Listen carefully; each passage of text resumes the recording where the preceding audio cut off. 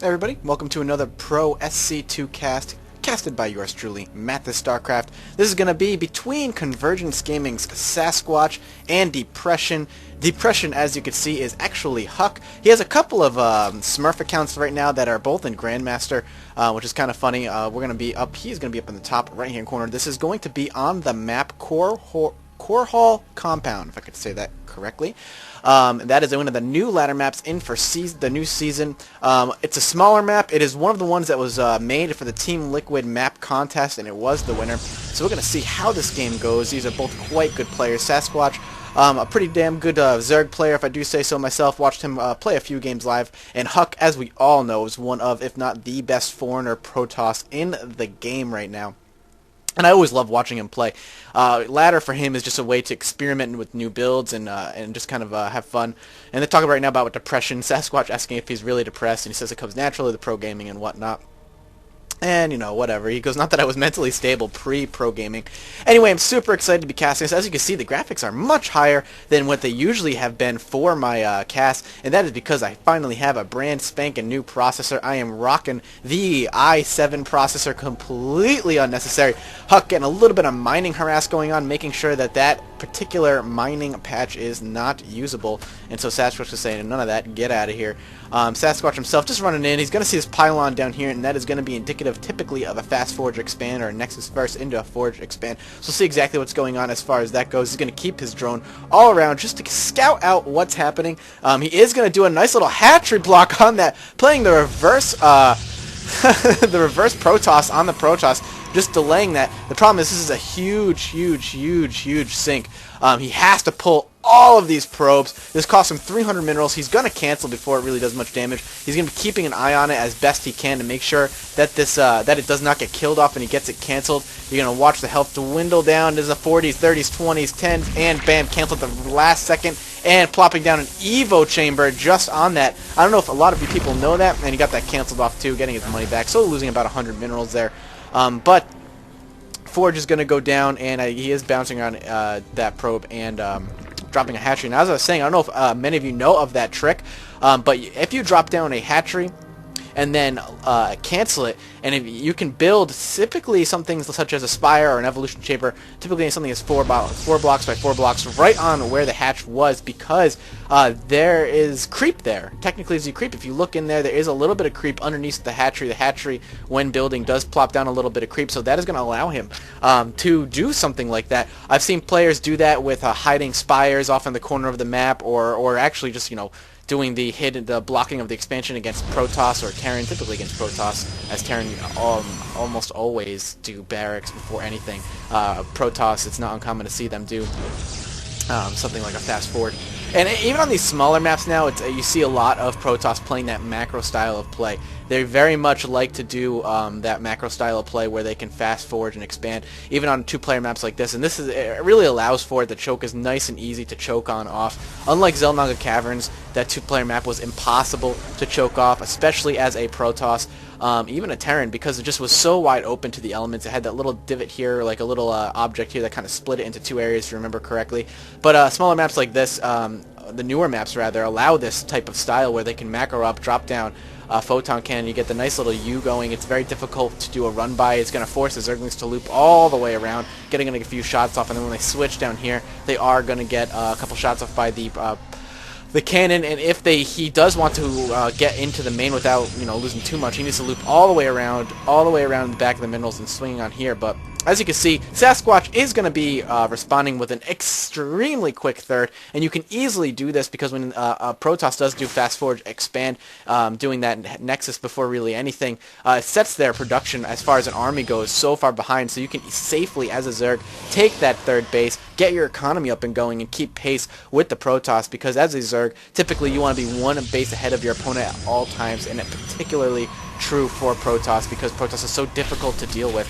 It looks like he's going to send a Zealot to try and kill off a few of these Lings, but Sasquatch not really going to allow that to happen. The Zealot did not take any damage, only his shields were hit, and those will regenerate really quickly. Looks like he's trying to get a surround here on the Zealot. He may lose that Zealot, but not without taking out at least 2 Zerglings. Sasquatch going to bounce these guys back and let them regain their health just a little bit, and maybe swing in there to try and finish off that Zealot, as the Zealot will not replenish health, but it will replenish shields. So it does look like it's going to be booking down here. Is he going to go for the Zealot? No, but he's going to lose it. Each one of these Zerglings is about one hit away from a Zealot, as they do swing 2 times and do 2 times the damage. And it does look like he's going to lose both his Lings here. One to this Stalker and the other one to the Zealot. So losing both of his Lings. He needs to quickly get a few more Lings up in defense. He has a good map control right now. Has 1 Ling out and about. And it looks like he does a couple more Lings. He has about 4 more Lings total on the map. While Huck is going to be bringing in his Zealot and his Stalker to try and do a little bit of harass. Isn't going to get much done. Sasquatch has plenty of time to pop out the Zerglings he needs. As you can see, 14 Lings on the way right now to be popping out. He has a Roach Warren going down, so typical very Roach mid-game for our Zerg friend here. As the Roach mid-game is so standard, especially against Protoss, but unfortunately Huck is going to be losing this right now.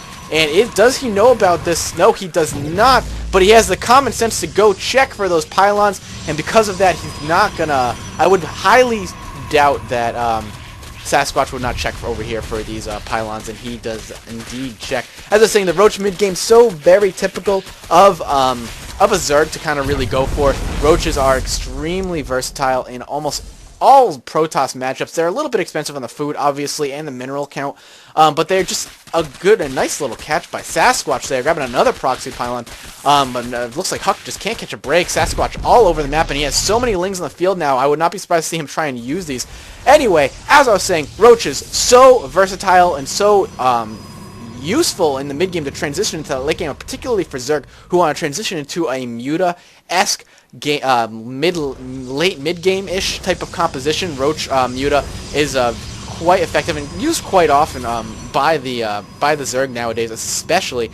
We're going to see what he decides to do with these Lings. Even actually, Muta Ling Baneling is actually kind of something you've been seeing a lot of. And he's going to be catching all of these out of position. All these sentries are going to go down for Huck. That's going to be a huge loss. And those force fields might only be just kind of just holding off the inevitable. Actually, he did lose all of them. He force fielded all those Lings in there, but he's got to back out as the Zealot is the counter to Lings. Zealots can quickly tear up Zerglings, and it looks like he's going to sack a couple of Lings there. They're probably just on A move.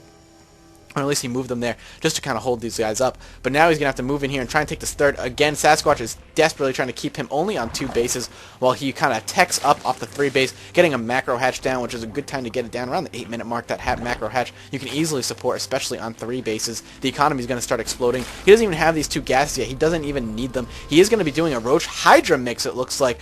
Something that's kind of been not used nearly as often as it used to be. The Roach Hydra mix was extremely prevalent, I want to say about 4 or 5 months ago against Protoss. It quickly became, I don't want to say irrelevant, as it's still quite versatile, but the metagame became more of a Roach, a Ling Mutalisk type of mid to late game, and it does look like he's going to be quickly shutting down this third. He did run into the army in the mid as he was attacking up there and completely crushed it. Has his army split. A couple Lings are stuck there, keeping Huck on 2 bases, actually hurting. And usually when you see a Protoss on 2 base with Fast Forge, you see something like maybe a 1-gate Stargate build, but no, Huck is going to be going straight for just pure Gateway. And it does look like we have another encounter here, going to quickly eat up all those Zealots while Sasquatch gets a hell of a scout off. Going to see only Gateways. He's going to see something being chronoed, but nothing is being chronoed out of this thing at all. So maybe Huck is trying to kind of mislead him into maybe thinking Blink Stalker play, and he's going to lose that Overseer right there. And now we have Roaches coming in to try and bust down this wall and take what's his. He's trying to finish this game up. Huck is basically just trying to burn some of these minerals, get a robo facility, kind of make this wall happen, but I don't think that Huck is going to be able to hold this huge push. They are gunning right now just on 1A, but trying to take down the Cyber Core to open up a big chunk of the wall, have all these Lings flood in there. No, he's going to back out, but forcing that Cyber Core to go down and spend more minerals on another one that he doesn't want to spend on because of just minerals, especially at this point. In particular, with just 2 bases, there it is, going to be finishing up that wall. Cannot build Stalkers right now, and Sasquatch has to know he's running away with this game. He has to know he is so far ahead. He has complete knowledge that he is 100% in control as far as bases go. He has good map vision, trying to get a surround on those Lings, and the Lings are going to get in there and just start picking apart pretty much everything they get their hands on. Lings so deadly in huge numbers, especially with an army that's particularly Stalker heavy. going to quickly leap in there and just wipe out whatever they can. Here come more Lings. As you can see, 16 more pairs of Lings, and Hydras are going to be on the way. And Sasquatch, I really don't think I can see him losing this. He does not need to go on 4 bases. He's spending his money purely on army. It's rather aggressive, just basically shutting him down right now. And I would say I wouldn't be surprised to see him just turn around and basically pick off whatever army he can. Sacking this army is really, I mean, he's going to lose this army, and there's no point in really keeping it around. He doesn't need to worry about it right now, as basically he has this game.